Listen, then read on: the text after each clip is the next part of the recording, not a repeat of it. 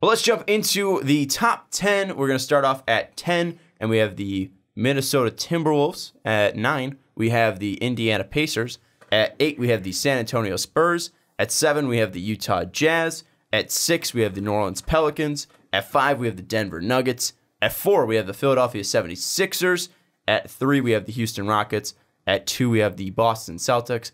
And at 1, we have the Golden State Warriors. What the fuck are you guys watching on Dave's computer? My computer decided to die. His computer died? Well, so a pinwheel of death. all of a sudden it goes, connection to the remote PC is trying to reconnect. So I had a remote desktop connection for my work computer. No. I've got Charge. It pinwheeled because Microsoft Remote Desktop decided that it was going to try to connect to a computer that it doesn't have network access to because I'm not on VPN. Gotcha. I love the NBA too. Yeah, let's me jump too. into the final rankings, though. And the big thing I want to talk about is when we first did this in 2016 for the final rankings, the 76ers were at 28. And now they're all the way up to 4. weren't good. Is the process completed, Dave? I mean, I would say the process is nearing completion. I would say at the start of this time next year, the process will be complete. What defines the process being completed? Is it a finals win? That's what I think. For me, it's not. For me, it is the end of accumulating top 10 talent, or right around there. Because I know Zaire Smith wasn't top 10, but you know what I mean. I think it's like. But well, hold on. They acquired Mikal Bridges, who was top 10 talent. There you go. And then they traded him for a pick and Smith. And that pick is a couple years down the road anyway, but that pick could likely be in a trade coming soon. So, no, I think that what they've built is an awesome team. I love this roster, and, fight me if you think they're going to be bad, but, I just don't think people want to give them credit because it worked. This is one of those scenarios where it's you can't... I know there's, the level of, Sam Presti... Or not Sam Presti. Hinkie is, a golden god and can do no wrong, but, you have to admit... losing a bunch of games and getting great draft picks year after year after year, you're going to hit on some of those. And guess what? Generational talent in Ben Simmons, generational talent in Joel Embiid, someone who is a really good player in Dario Saric, someone who could be a really good player in Markelle Fultz. And then you find gems like Robert Covington, like TJ, the GOAT off the bench. They've got... great veteran assets as well. I mean, obviously, you had Marco Bellinelli and Ersan last year, and then we see JJ Redick. Yep. It has given them so much flexibility to build this roster, carve it out however they want to. They're bringing over Joel Bolden this year. They've got so many pieces. It's something that I love, and a lot of people are going to be yeah, but they suck. I'm like, would you take 4 years of losing to have that roster? Yeah.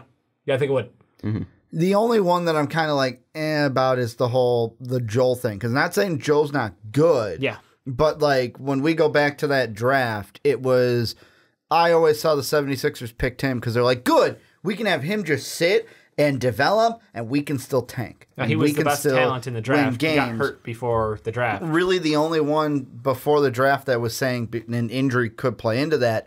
The only one I heard saying he's the best one in the draft was his coach in college, where you hear the story of he was the consensus one literally until his injury. Because you've got, but I'm saying injury played into that too. But even after the injury, the only one still saying he was he should still go number 1. Well, people were afraid of getting Greg Oden. Exactly. I'm not saying that you should have. Well, yeah, you should have taken him number 1 if you're Cleveland. But I mean, with the 76ers, we're seeing phase 1 has been complete. Phase 1 was, we're going to suck for a few years, and I'm only looking at this as our rankings. Yeah. We're going to suck for 2 years. Third year, we're going to be great. Now we're in playoff mode for that when it comes to the 76ers.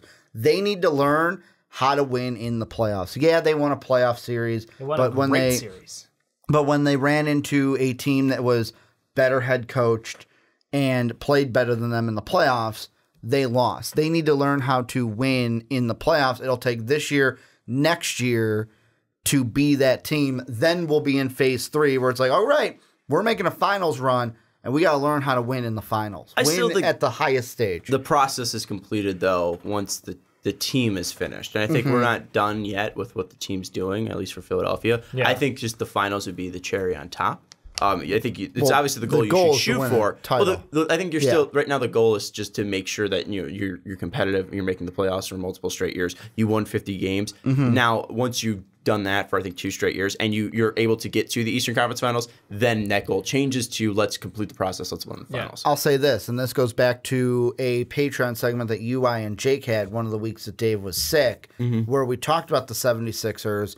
The process will be finished, not only when the team is done, when you know it's that next phase that I talked about where it's like, all right, Brett Brown, you did some good things for us. You developed this talent, but it's time for us to get a head coach that is going to then turn this team into that championship contender. Because I think that's a part of it too, where I think that Brett Brown's a good head coach, but I don't see him being the one to win the finals with them. Who are they going to go after and get? I'm not saying there's a specific name, but like, if you're bringing this up, then what's that next goal? Who is that next guy? I wish I could tell the future, but I can't. I don't think Brett Brown's going to get canned, especially with them bringing Elton Brand, especially him being there, picking Elton Brand to be the next guy who takes over obviously the job from Brett Brown. Brett Brown has so much power in that organization. Brett Brown has so much trust in that organization. I think unless he has catastrophic playoff performances again, if he's able to learn from his playoff performances, I don't see a reason why they fire Brett Brown. No, I completely agree. And Ricky, in order for a coach to come available, like, are you saying like Steve Kerr, Eric Spoelstra, Pop, one of those guys are going to come available?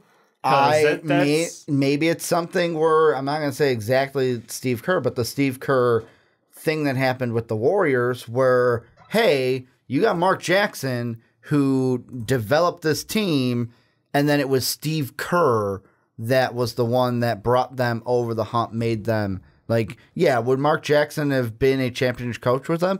We never know. We'll never be able to see that. Right. That's how I see the 76ers. If I see as Brett Brown, the guy who develops this talent, and then 2-3 years from now, they make the switch to a coach. Do I know who that coach is going to be? No, but a coach who they feel this is the guy who can win a championship with the team that the process has kind of accumulated and set in place. I disagree, but it's neither here nor there. But again, shout out to the 76ers and what they're going to do. I mean, they're going to be a top 4 team in the East no matter what. This year, outside of injury, I think that's probably the only. No matter what, if injuries happen, it's probably even with injury, they've still got enough guys coming back that you don't know. Like there's a good chance. I think it depends on the severity of the injury. If you lose Ben Simmons for the year, and Markelle Fultz is not able to do what I expect out of him, then maybe you'll be in trouble. And my thing too is like we saw Joe go down last year, and they went on a 15-game winning streak. Like I don't think that's going to, but that's not going to be the norm. Like they're not going to lose one of their best players, and then be like, oh yeah, we're going to win 15 straight games. We're going to have incredibly hot shooting and incredible defense. That's not going to be something that's going to happen consistently. So, and the other thing I want to bring up, just going back to what you brought up about Joe in the 2014 draft, even if the Cavs took him, he wouldn't be on the team. Because they would have traded him to the Timberwolves. Could you fucking picture Karl-Anthony Towns and Joel Embiid next to each other? Could you imagine that? Maybe we're because they're still the worst team the next year, and they get Karl-Anthony Towns. Maybe Jesus Christ. maybe Jimmy Butler's not asking for a trade if that's the case. I don't know if Jimmy's on that team or not. Let's say like that's it. That's disgusting. You have one of the best offensive forwards in Karl-Anthony Towns. You have probably the best, best two-way forward. Outside of Anthony Davis. The Bulls might have been like, hey, we need this Joel Embiid guy in the trade that if you want Butler, we got to get Joel. Joel could be a Bull. That mystery package. God, could you imagine that? Quit getting my hopes up here, Sean. Could you imagine Embiid on the Bulls? We live in reality. Let's jump back. Instead, that team is just they're good. Yeah, well, let's not talk about bottom dwellers, and let's talk about teams that are in the top 10. Let's get away from the Bulls. But the team that I want to talk about now is the Warriors, and it's really the point total. You brought it up last segment. Doesn't matter what happened. Yeah, we added together all of the rankings. So if you were 1, you got 30 points. If you were 30, you got 1 point. If you were 15, you got 15 points. Because it's golf simple. scores is hard. Yeah. So if you got, if you had number 1 players across the board, you would have had 30 points. The Warriors had 30, 29, 30, 28, 27, 20, and 29 for a total of 193 points. Literally almost had a perfect score of 200, which is absolutely insane. They were 7 points away from having a perfect score, and we look at the difference between 30 and 28, the Kings and the Cavs. That's 7 points right there. absolutely ridiculous, the distance between the Warriors and the Celtics as well. 193 points to 167. What universe do the Warriors not win a finals this year? None. Like they're gonna win it over the Celtics. Like that's what's gonna be our June. Ball goes Tanya Harding on that Warriors locker room. Lonzo's getting ranked. the whole locker room. Not like Lonzo's going to do it, but LeVar? But why would Lonzo do it? That's what I'm saying. Lonzo wouldn't do it. But why? What's the Ball's idea? Lakers championship. Okay. Yeah, Lakers then beat the Warriors in the conference finals. Go to the finals. How are they going to win? LeBron If he's Kyrie. If he's crowbarring knees, how are the Warriors going to play? See, this is too far-fetched because LeVar's not going to do it because he's going to get traced back to him. Lonzo's obviously not going to do it because he has too much to lose. LaMelo's not going to do it. LiAngelo's already a criminal. Let's just have him do it. So I would say I thought about that. I'm proud of myself.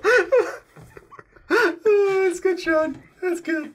Did you say LaMelo's a criminal? No, LiAngelo. LiAngelo. Okay. LaMelo's got too much to lose because he's going to be a pro player. I thought you confused the ball twin. I'm going to confuse those triplets geniuses in your head. They're not triplets or twins. I know. They are brothers. Brothers. I'm going to call them the triplets because there's three of them. They're like a decade. No. Nope. Anyways, the distance between the Warriors and the Celtics is stupid. That's the only way it happens. They literally are too talented to lose. Even if they lose KD. Yep. Really? Yep. They lose KD for the whole season. Well, they were the best team without KD. And they add Boogie. Oh, I forgot about I keep forgetting that they added Boogie. Like, and the only reason fair. I forget that they added Boogie because he won't be there to start the season. But here's the thing: even though they were the best team without him in the regular season, they almost lost this year without Boogie, obviously, and Steph wasn't 100% to the Rockets.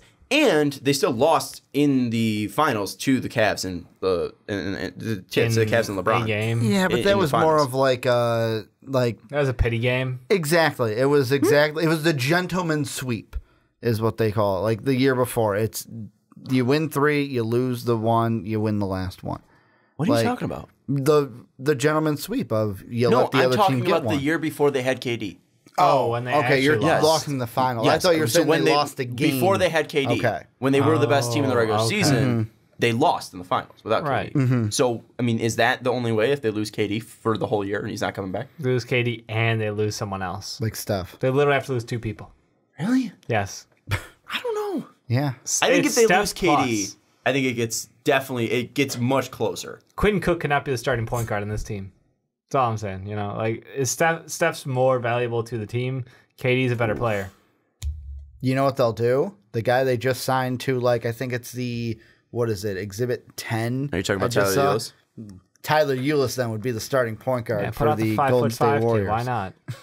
I mean, height's not a problem. I mean, they got Steph. The big thing with Steph when he Steph's came got in 6 is, inches on him. No, I know, but the big thing with Steph's Steph like 6'3", was isn't he? Steph wasn't the tallest guy to where it's like, man, he's small, doesn't play defense, he ain't gonna do anything, and then he revolutionized the game shooting. He still didn't play defense. No, he doesn't, but he doesn't have to. I don't know. I honestly don't think Steph is the most valuable player on that team. No, it's important. KD. I think it's KD. Yeah, I don't know. but that doesn't matter to Steph. Without you could take Steph off those 2 teams that just won the finals against the Cleveland Cavaliers.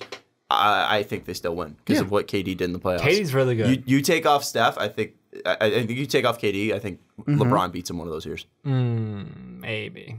KD's been so good. I know. But he's been so good because he's got 3 fucking all-stars around him. That's why I think if you take him away, I think that's why they lose. I think he's still got 2 all-stars around him with Clay and Dre. That again, he can still produce like a monster.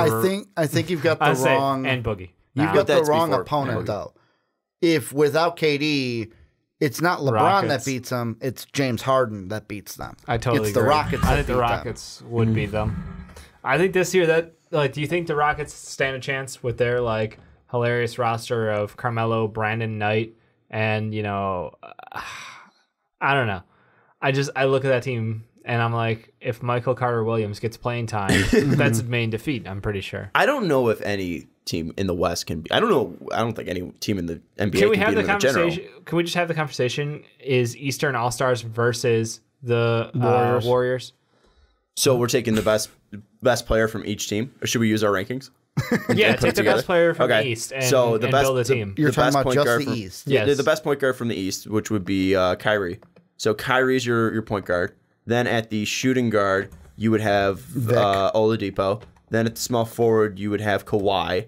Then at the power forward, you would have Giannis. Oh no, the East beats him. And then at the center position, you would have Joe. So that's And your Kyrie. six, and That's your Kyrie. six man would be Reek. That's the Tyreek six Evans. man? Yeah, because he was number one. He was the number one six man. Was Tyreek Evans. Jesus That's Christ. yeah. They might have a Okay. slight advantage there. But. So it's And the coach of that team would be Brad Stevens. so you're taking a Brad Stevens led That's a close matchup. Kyrie Irving, Victor Oladipo, Kawhi Leonard. Yep. Jesus, the defense. Then Giannis and Joe. I think the East wins. I think it's a toss-up. I think it Come goes. on. I think it could go to 7. I think it's a It series. could definitely go I to think 7. it's a series. Okay. There. Better than what we've been getting. Let's do that. Yeah. Let's just wind it up. That's one Kyrie- Twin Powers unite this on the East side. Kyrie versus Steph. Steph wins. Yeah. But we've seen Kyrie play well against Steph in the finals. Yeah. Go toe to toe against him. Victor versus Clay. I give it to Clay. I give it to Vic. Clay's Victor's a better all-around player, but Vic's- Vic's shooting Clay's and defense. defense. Yeah, I give it to No, Clay. I think Vic's a better defender than Clay. Victor Oladipo was a defensive player of the year candidate this year. Clay wasn't. Clay Yeah, defense in Clay's the playoffs, slipping. though, what Yeah. we watched him do. I mean, LeBron got by Vic. We didn't are get putting- by Kawhi. Or we- didn't get by the Warriors. I know the Warriors got a lot more talent, though, Okay, than the but Pacers. Clay is not guarding Guarding LeBron, LeBron and Clay. and neither is Vic. He did during the Yeah, it was Boji. It was Bogdanovich. Boyan. So I think that we look at the Victor Oladipo Oh, I next know. to Giannis and Joel Embiid and Kawhi Leonard. That's an all-defensive team right there. I'm Minus Kyrie. I'm taking the East with Brad Stevens. Are you? I don't think it's even close. Actually, I think they win by 50. What? Yeah. What? No. No, I think it's closer. I'd still pick the Warriors. Really? Yeah, I still would. Healthy Boogie. Healthy KD. Healthy Draymond. the only- This is healthy. No, Kawhi. healthy both teams. Yeah. Because the only thing that the Warriors would have that those All-Stars would not is chemistry. That's Like- not true because DeMarcus is new. Yeah, okay, one 4 person. out of 6? But four of the 6 people, 5 of the 6, because the 6-man too, has always been there. True. They know each other like the back of their hand. Like they could do this and know, hey, Kevin Durant's standing there. I don't know. I think That Warriors offense, though. I think Embiid has a chance to DeMarcus. We haven't seen him in this role in playing in as a team player like this.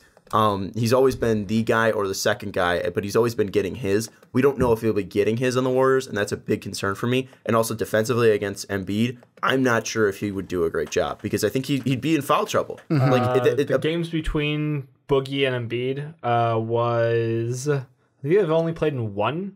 Yeah, that makes sense because DeMarcus got hurt. DeMarcus put up 37, 5, 3 steals, 2 blocks. Joe put up 25, 8, 1, 2, 1, 1, 2, 2. And when was that? This was December 26, 2016. So that was young Yikes. Joe. Yeah. I would say I'm taking Joe in that matchup because Joe is much bigger. He's super fierce, and he's not going to take plays off. Giannis versus Draymond, I'll take Giannis. Yeah. And then we look at KD and Kawhi. That's close. And I think if anyone Is could it stop, really? if anyone could stop Kawhi and KD, or if anyone could stop KD, it's Kawhi. It's Kawhi, yeah. So defensively, that's going to slow it down. And offensively, you have 2 great defensive guards on Steph and Clay. Mm-hmm. And I think that Oladipo might get the edge over Clay. If you have Clay, if you have a Clay-led team and you have a Victor Oladipo team, That's not what we're asking, though. and the same team. But no, I know. I think it'd be very interesting. Point that doesn't have anything to do with this. And also, we have the best coach apparently in the league on the coaching these guys. Second best on the other side. Like this is 1-2 in my matchup No, when it Pop comes was to. 2, I thought. I thought Steve Kerr was 2. Pop was 3. Yeah, 'Cause Steve he Kerr was- was 2. Yeah, we got 1-2 in our rankings for coach. I'll take the East. Let us know what you think. Would you take the East All Stars or would you take the Western Conference All Stars and the Warriors? I got an alternate one to throw at you too, because if we did the same thing for the West then that we did to the East, take away Draymond, take away Boogie, And take away Clay. Andre Iguodala, add LeBron, AD, and Eric Gordon, and that's our best players from the West. No, James Harden. Yeah, James Harden. So take Kawhi away and put in James Harden. So it'd be Steph, James Harden, Kevin Durant, LeBron, AD, and then you would have Eric Gordon coming off the bench. Yeah. All right, that's a crazy team. I'll take the West. I think Dave's dead that Steve Kerr. Yeah, because he was 2. Yeah, it was ridiculous that you put him at 6. Anyways, that's mostly the talk of, I guess. Well, the other team I want to talk about is the Nuggets. We have a finishing at 5. They could be the 8th seed this year. Yeah, in my mind. I think this is a team that again is young, and that's why they're this high. We look at Jokic, we look at Murray, we look at Will Barton, we look at the players that we put in there, and Millsap obviously is a great veteran. That's why they get ranked this high, and I think it's still something that could be validated. I don't think they'll be the 5th best team in the NBA, but I still have them as a 3 seed in the West. The only thing that and I know how we do the rankings, but the only thing, it's fun to look at these after the fact, because if you ask me to rank them without doing what we just did, I would probably have the Pelicans and the Jazz and the Spurs and the Pacers above the Nuggets. You'd have... I would have the Pelicans, Jazz, Spurs, and Pacers, who are below the Nuggets, above the Nuggets, basically. I'll throw scissors at you next. Yeah, I don't know. I think that the Nuggets have more talent than the Pelicans do. I think they have more talent than the Spurs do. More talent than the Pacers and Pacers do. I think the biggest thing that puts them, at least regular season, over the Nuggets would be coaching. So we look at the Pels, we look at the Jazz, we look at the Spurs, we look at the Pacers again. I think coaching is a big thing that puts them over the Nuggets. But again, the Nuggets, I think they're still a young team if they come together. I think that's the thing is like you look at that future of that team and the ages associated with all the players. It's like, okay, they're set for the future. If they find that key synergy like between these players and how to work it out, like. They were minutes away from being a playoff team, like minutes. So I just look at that team like they're stacked. They're going to be great, and we're not even talking about their draft pick, which is it could be anything. It's a mystery box. It could be a boat. It could be a boat, man. It could be a boat. The question I want to ask is the team we talked about at the beginning. Yeah. How far do the Wolves fall? Because they're not going to be a top 10 team when we do this next. When we do Jimmy rankings Butler won't be on next year. the team in about a week. Tom Thibodeau either could not be on that team. How far do they fall? Probably below the Thunder, near the Heat. So like 16 and below, or 17 and below. Because they're not. I mean, their 1-2 punch isn't as good as Russ and PG-13, and that starting lineup is not great. And Roberson's a really good player, so I think ends up with Cat and Wiggins probably around below the Thunder because and I think Jimmy ends up being the highest ranked player on that team because he was 28, and that was the highest ranking for them. So I mean, they're going to lose a lot of points losing Jimmy Butler. And then that was a close ranking. They had finished with 131 points. They're probably going to fall near that 113, 115, 114 level because everyone's going to move up then too and gain points. I mean, I'll be honest. The thing that could keep them, don't be shocked if they're a team that's in the 21 to 30 next year. Basically because like if you look at it, we were lower on Wiggins this year. The only guy who, if my math is looking right, that was in the top 10 was Cat. And most teams that like the Blazers, they had 2 guys in that top 10. You had the Pistons had 2 guys. And then the Hawks and below are teams that either had 1 or no guys in that top 10 range. So they could be a team that could be not just 17 and below, but 23 to 30 if they lose Thibodeau and lose Jimmy Butler at the end of the year. I don't think it'll be that drastic because I don't think Jeff Teague's going to drop off that much. I don't think Wiggins is going to drop off that much. We're low on Wiggins for a young player. I mean, Wiggins can come out and be fine this year. Yeah. He won't play a lick of defense, but maybe offensively he'll be a little more efficient. And then we look at least Cat. I think Cat actually has a more chance of going up than he does lower. Yeah, it's true. Because he could actually get utilized and have more than like a handful of shots in a game. And if the coach does change, it's going to be something that it might be beneficial to those players. If they got an offensive head coach, that would be scary as hell to utilize Wiggins and Cat using that offense. Like, it's just I think they need more of a. They need to. Wiggins is not the right player for them. They don't need a slashing wing. I think I don't Wiggins know a team that Wiggins is the best guard or the best player for. There's probably better fits for him. Like slashing players in the NBA are they're not a hot commodity. Donovan Mitchell was fantastic last year, and he's a slasher than a. What's the difference between the two? I mean, are they what does position it mean, and size. Basil? So I mean, talent-wise, do you think there's a massive gap between Wiggins and Don Mitchell? Because that's controversial. If you say no, I think the biggest thing between them isn't really. I mean, athleticism. They're both crazy hustle athletic. and defense. That's what I would say. is that like the intangibles? The mentality of Don Mitch sets him apart. Yeah. From Wiggins. So I think that if you had a more dynamic guard though, that would make that Wolves team so much better. And having Jeff Teague there, he's fine, but he's Jeff Teague. So I mean, if you had like a CJ McCollum, and paired him with Cat, I think it'd be absolutely disgusting. And you got an offensive coach, nasty there. I don't know how the hell that's going to work out. I don't think it will. But again, just going through fever dreams. I am surprised the Spurs are at 8 though. Really? I mean, because for how much time we've crapped on the Spurs and how much we talk about how old they are and how but they got run down they are. 3 head coach, and they got LaMarcus Aldridge and DeJounte Murray, DeMar DeRozan. Like, wait, was this done? Yeah, this was done. Yeah, post Kawhi. Yeah, so they had DeRozan, they had DeJounte and Aldridge and Pop. Like, really, we're only pooping on like Rudy Gay a little bit and. Yeah, I mean. Well, we also don't know how they're going to be spacing because we look at Rudy Gay. Rudy Gay's a slashing guy, and he's not going to be a guy that's going to be able to do that. With DeRozan the players notoriously does not take 3-pointers often, even though last year, hopefully is the right trend. And DeJounte Murray can't shoot from the outside, so it'll be interesting. They'll be packed inside like sardines, but they're going to win games because they're the fucking Spurs. Any final thoughts? No, I mean we are set for exactly what our rankings say. Warriors 1, Celtics 2. Get ready. It's going to be a great series in June. Oh, for the NBA Finals. Yeah, so it's going to be a great series in June. Preview for Ricky's predictions that are coming next week. The Pelicans are weird. Like, anybody else? Low?